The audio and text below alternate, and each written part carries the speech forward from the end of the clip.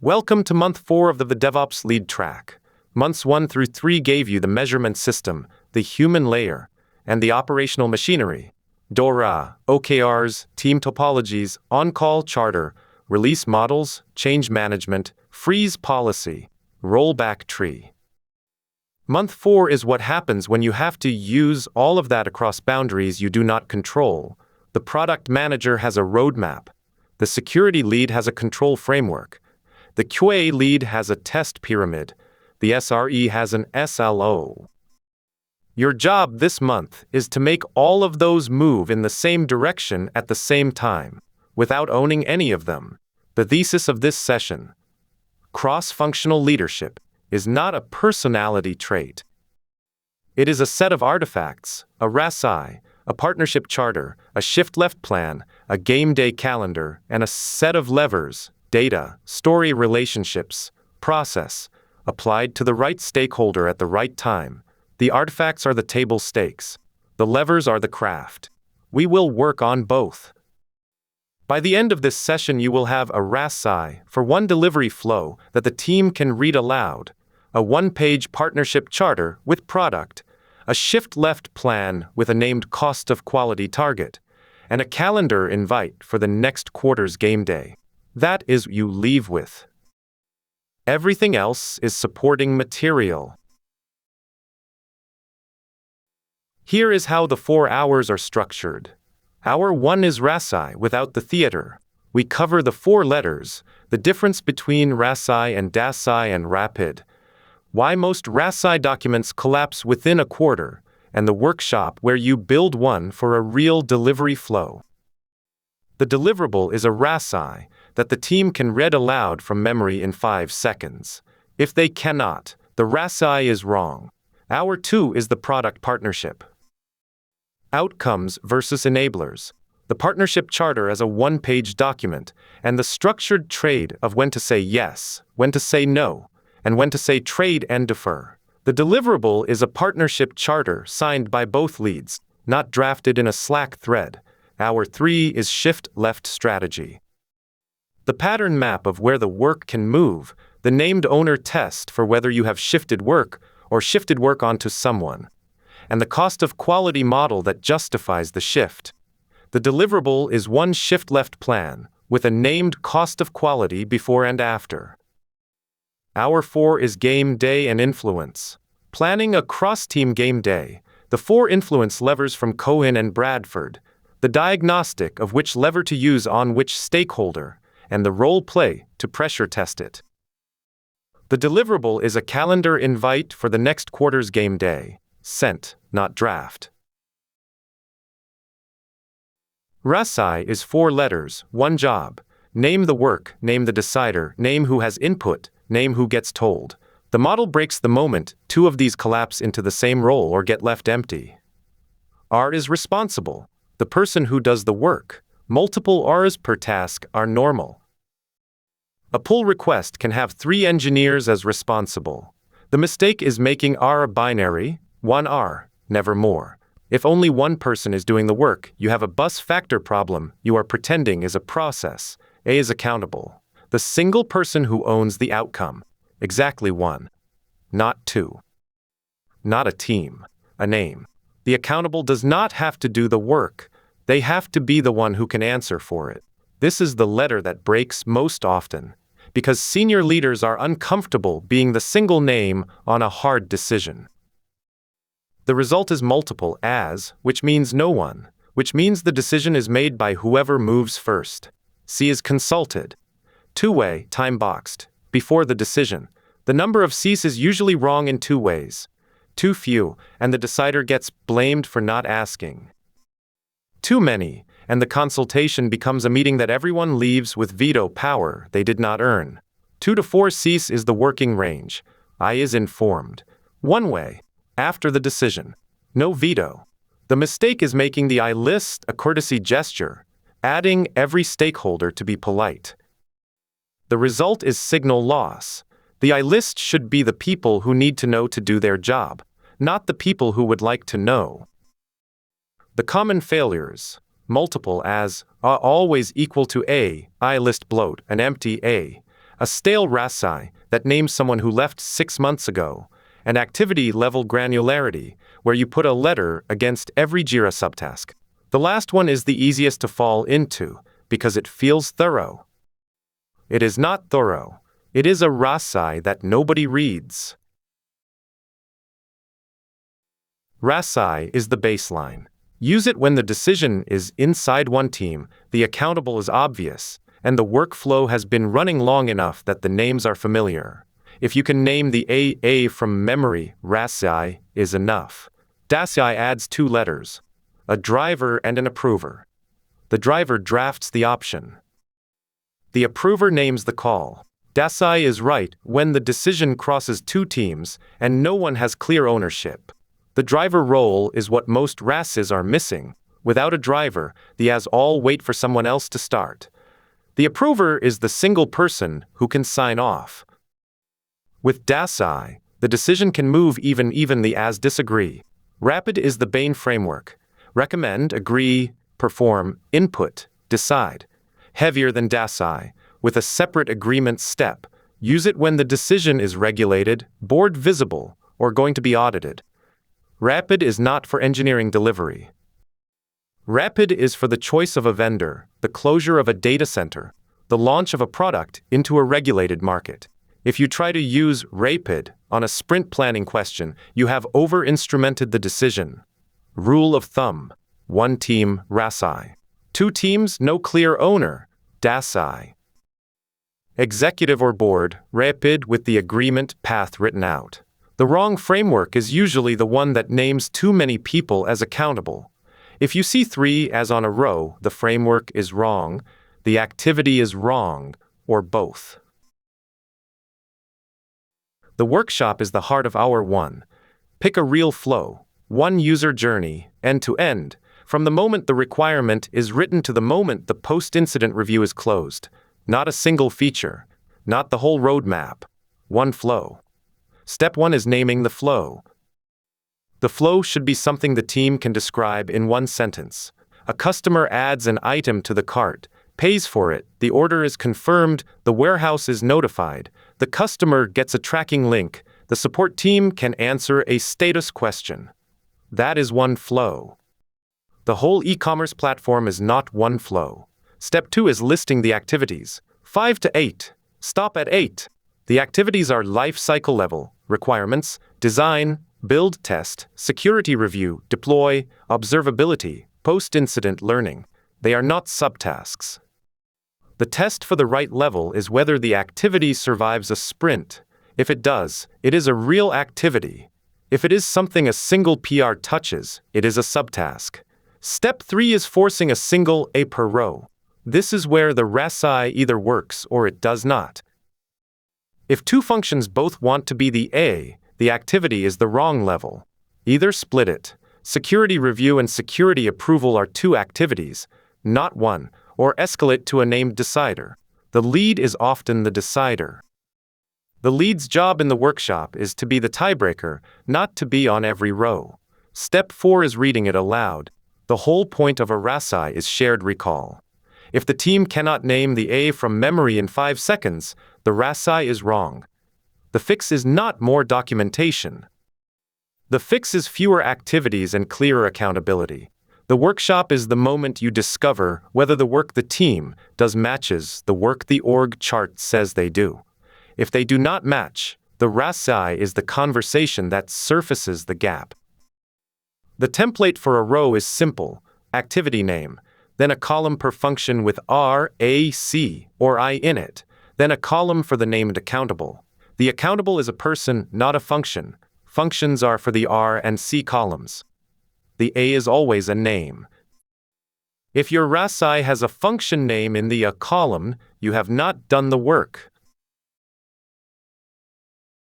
The single biggest source of DevOps versus product friction is that they are measured on different things.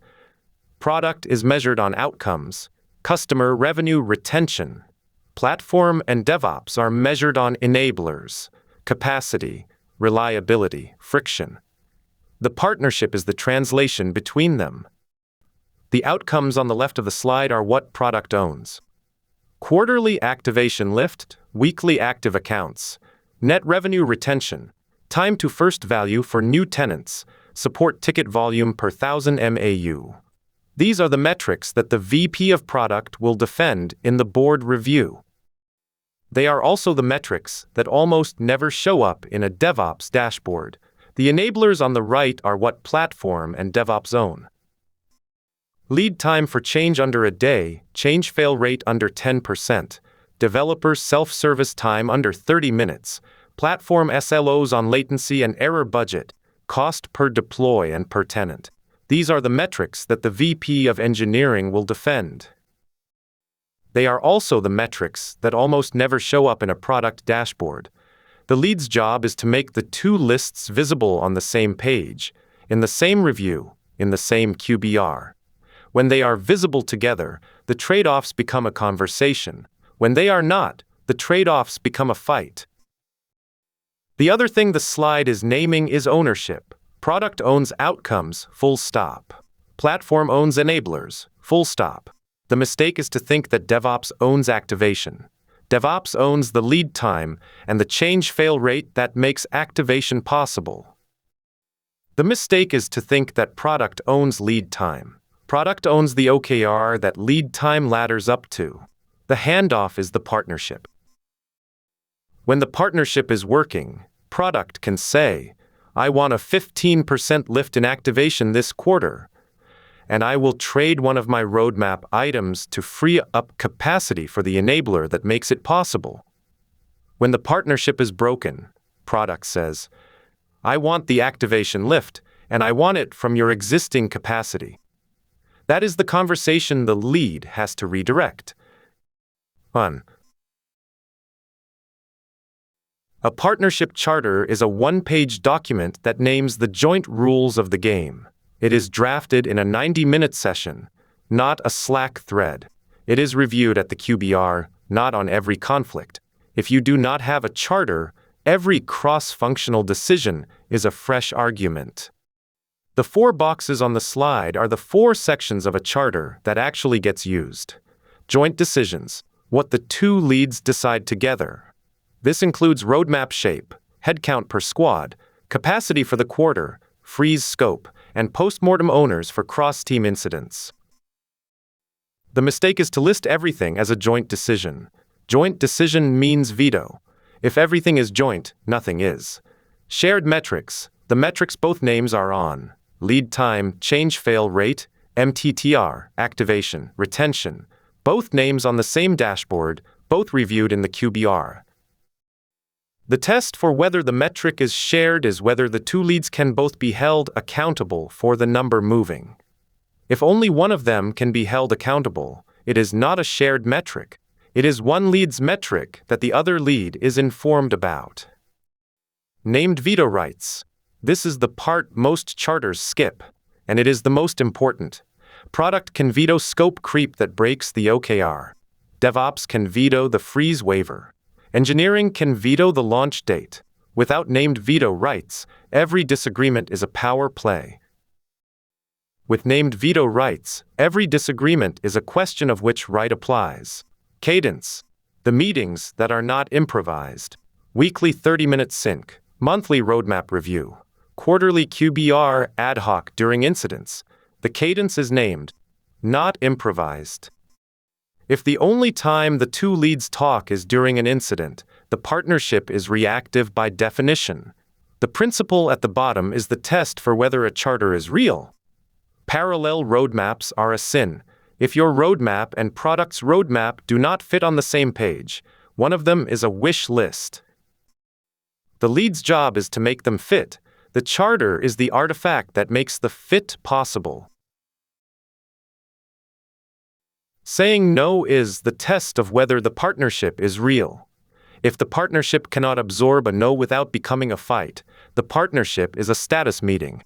The 3 columns on the slide are the 3 categories.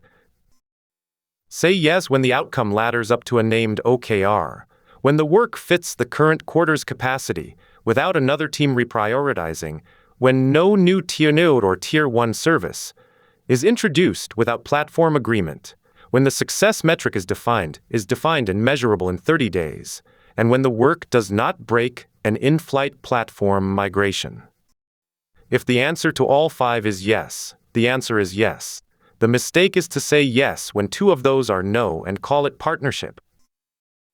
Hard no when the ask bypasses the change advisory process we built in month 3, when the ask introduces a tier 0 service on unowned infrastructure, when the on-call burden costs more than the outcome is worth, when the ask comes in as a small favor that has not been named as a roadmap item, and when the ask asks engineering to skip post-incident learning for a launch date.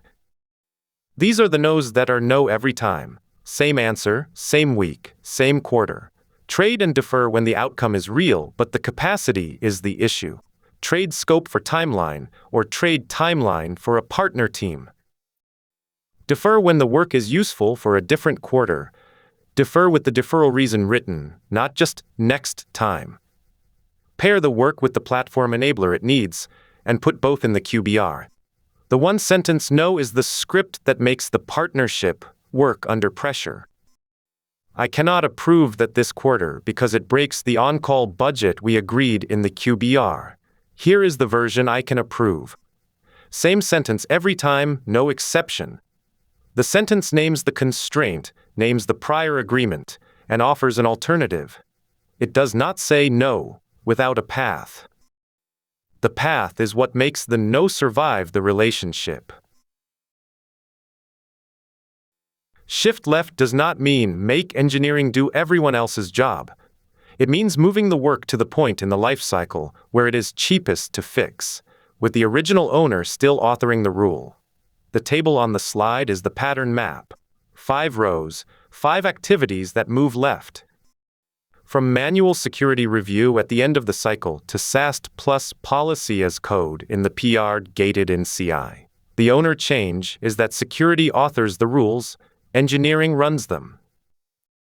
The cost saving is 10x by IBM's published numbers.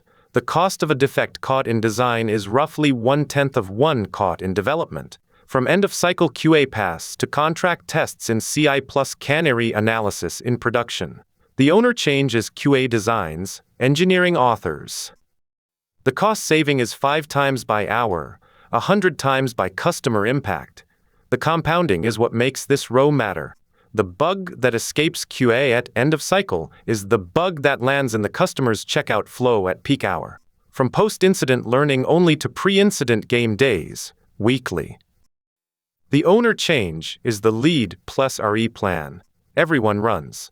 The cost saving is MTTR down 30 to 50% in published case studies, including the Evernote and Shopify game day programs. The compounding here is the team's muscle memory. By the 3rd game day, the team resolves a real incident in half the time of the team that did not practice.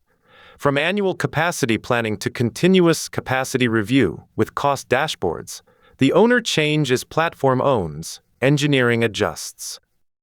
The cost saving is cloud spend down 20 to 40% typical, with the FinOps Foundation's benchmarks as the published reference. From year-end compliance audit to continuous control attestation in CI. The owner change is compliance authors checks, engineering runs them. The cost saving is audit time down 70% in published benchmarks from DORA and Vanta. The test for a real shift left is at the bottom. If the work moved left but the original owner did not, you have not shifted left, you have shifted work. The work moves with the rule, not away from the rule's author. The challenge deliverable is a 1-page plan with 5 sections. Name the work that moves. Name the original owner. Name the new runner. State the cost of quality before and after. State the rollback path. The work that moves is an activity, not a tool. Add a security gate to the pipeline is a tool. Move the manual security review from end of cycle to PR time is an activity. The activity is what the cost of quality is measured against. The tool is the mechanism. Most shift-left plans confuse the two and end up with a tool that does not change the work. The original owner is the person who owns the activity today. They stay as the rule author. The mistake is to think that shift left is a handoff. It is not. It is a change in the rule location, not a change in the rule owner. If the original owner is no longer in the picture, the rule is no longer being authored. The new runner is the person who runs the new check, often engineering, sometimes platform. Named person, not the team. The cost of quality is the metric that makes the shift left plan, and not a backlog item. Number today, hours per quarter, escapes per release, audit findings, target in 90 days. The metric is owned. The metric is reviewed. The metric is the test for whether the shift left worked. The rollback path is the part most shift left plans skip. If the new check turns out to be a regression, too many false positives, blocking the wrong PRs, slowing the pipeline below the SLO. What is the rollback? If the answer is, we'll see, the plan is not a plan. The answer is usually revert the rule, keep the activity at the old stage for one more cycle, fix the rule, try again. The anti-example at the bottom is the failure mode. Add a security gate to the pipeline. No owner, no escape metric, no rollback. That is not a plan. It is a backlog item with no cost of quality test. Most shift-left failures look like this in their first draft. The IBM Systems Sciences Institute numbers are the published reference. A defect caught in design is 10 times cheaper than one caught in development, 100 times cheaper than one caught in production, 1,000 times cheaper than one that escapes to a customer. The cost of quality gap is the room shift left has to pay for itself. The bars on the slide show the multiplier at each stage. Design is the baseline 1 times. Implementation is 10 times the multiplier on defects caught before code merge. System test is 50 times the multiplier at end of cycle. Production is 100 times incident territory. Customer is 1,000 times trust and churn territory. The multiplier is not just a dollar number. It is a time number, a customer trust number, a team morale number. The defect caught in production is the on-call page at 2 in the morning, the post-mortem that costs the team a week, the customer who does not come back. The 1,000 times number is the trust number. The dollar number is the smaller part of the cost. The reason this drives shift-left conversations is at the bottom. Engineers do not disagree with shifting left on principle. They disagree when the shift adds work to their day without a named escape metric. If you cannot answer, what is the cost today, and what is it in 90 days, you do not have a shift-left plan, you have a new task. The cost of quality number is the answer that turns the new task into a plan. The number is also what makes the conversation with the original owner of the activity possible. Security does not shift left, because platform asks them to. Security shifts left when the cost of quality is on their dashboard, when the manual review hours are tracked, and when the new CI check is shown to reduce the hours. The number is the language both sides speak. A game day is a scheduled, scoped simulation of a real failure. The point is not to pass or fail. The point is to surface the dependencies nobody wrote down. 5 steps, quarterly cadence. Step 1 is scope. 1 failure scenario. Certificate expiry, region failover, queue back pressure, dependency deprecation. 1 week of planning, 4 hours of running. The scope is 1 scenario, not a tour of the system. The scenario is realistic, not the worst case, not the easy case. The case the team is most likely to face. Step 2 is cast. 3 to 6 teams, named participants, a lead who is not the IC, no observers. The no observers rule is what makes the game day a real test. An observer watches, a participant acts. The team that includes the on-call lead, the platform engineer, the security responder, and the product manager on call is the team that surfaces the real dependencies. The comms in the same channel pattern as production is the third rule. The game day uses the same Slack channel, the same incident bridge, the same status page template. The point is to surface the channel pattern itself. Is the channel right? Is the bridge number right? Is the on-call rotation honored? If the game day uses a different channel, the team gets a passing grade for a channel they will not use in production.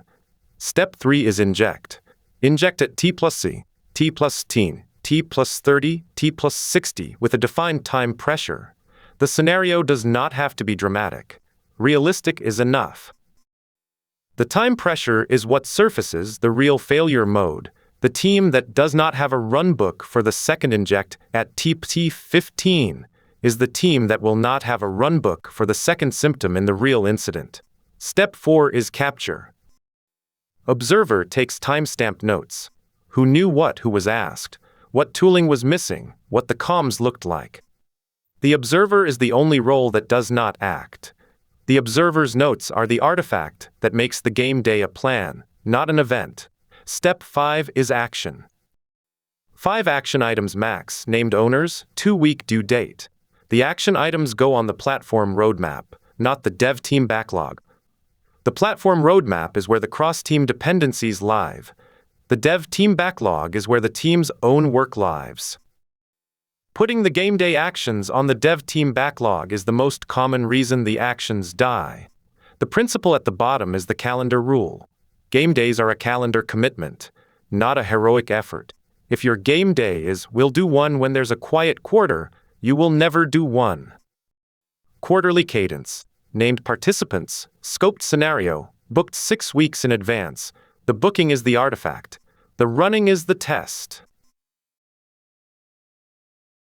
Cohen and Bradford's influence without authority is the published reference. Most lead-level conflict is not about being right. It is about using the lever the other person responds to. 4 levers, 4 audiences. The data lever is for the analyst, the engineer, the metrics-driven VP. Lead with the number. Show the cost of quality, the SLO, the change fail rate, the cost of delay. They are persuaded by the chart, not the narrative. Use this lever when the change is incremental, the data exists, and the audience is numbers fluent.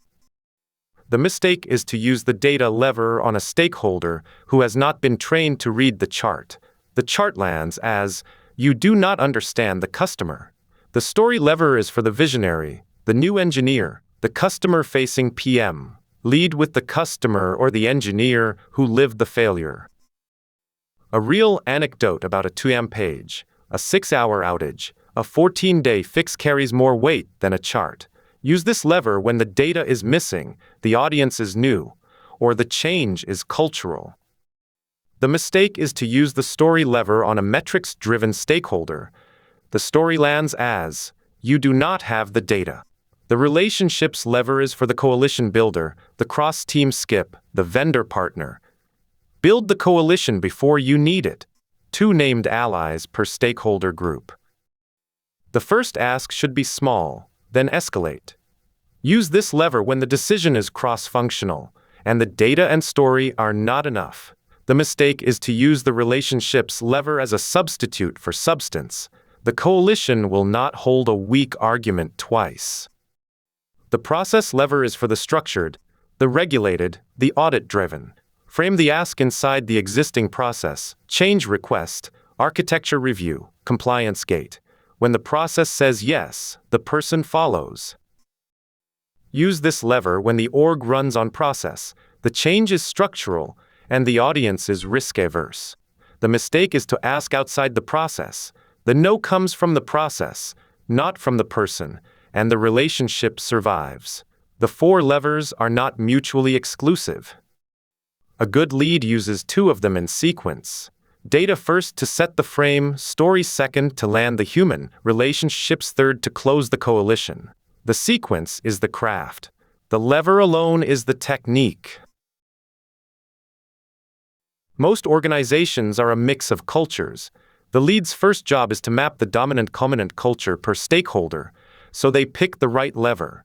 The wrong lever wastes the ask and the relationship. Data culture, decisions cite metrics, reviews focus on the chart. The QBR has more numbers than stories.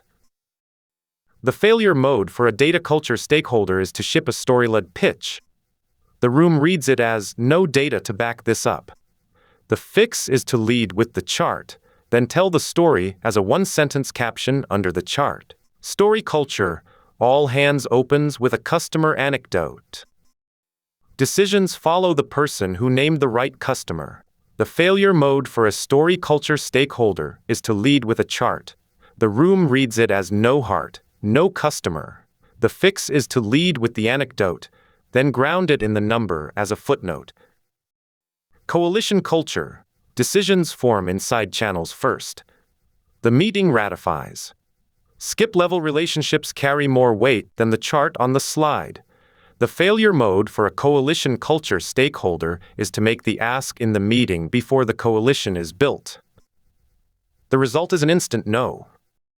The fix is to do the side channel work first, then bring the ask to the meeting as a ratification. Process culture. Decisions cite the policy. Reviews focus on whether the form was filed. Audit logs are read more than the data. The failure mode for a process culture stakeholder is to ask outside the change request, the architecture review, or the compliance gate. The result is a no from the process, not from the person. The fix is to file the request first, then have the conversation. The diagnostic is the part of the lead's work that gets the least attention and the most leverage. The lead who knows the culture map of their stakeholders picks the right lever the first time. The lead who does not know the map tries all 4 levers in the wrong order and burns the relationship along the way. The diagnostic is also a moving target. The same stakeholder can shift cultures across the year, data-driven in Q1, story-driven in Q2, when the customer NPS dropped, process-driven in Q3, when the audit is on. The lead rediagnoses every quarter. The culture map is a living document, not a one-time exercise. The case study is the BISTEC Mart platform team. 38 engineers across 5 squads.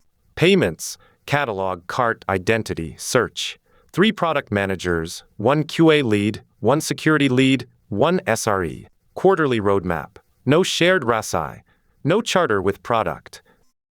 3 shifts left in flight. No named owner.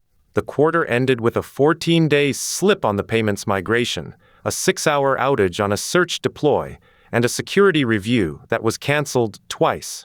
The slip and the outage and the cancellation were not the failure. The failure was that none of them were named in a shared artifact. The payments slip was a product surprise. The search outage was a SRE surprise. The security cancellation was a security surprise. The 3 surprises were symptoms of the same gap. The metrics before and after 1 quarter tell the story. Roadmap slip days went from 22 to 4. The fix was the partnership charter with named veto rights, and the named capacity per squad. Cross-team handoff defects went from 9 to 2 per quarter. The fix was the RACI per delivery flow, with a single A per activity. Security review cancellations went from 2 of 3 to 0 of 4. The fix was the security-authored SAST rules in CI, with security consulted, not gated. Game days held went from 0 in 6 months to 3 in the quarter.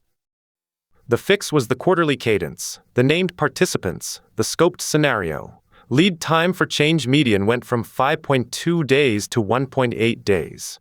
The fix was the shift left on QA pair review, with the contract tests in CI. The cost of quality number was the language that made the shift left a plan, not a new task.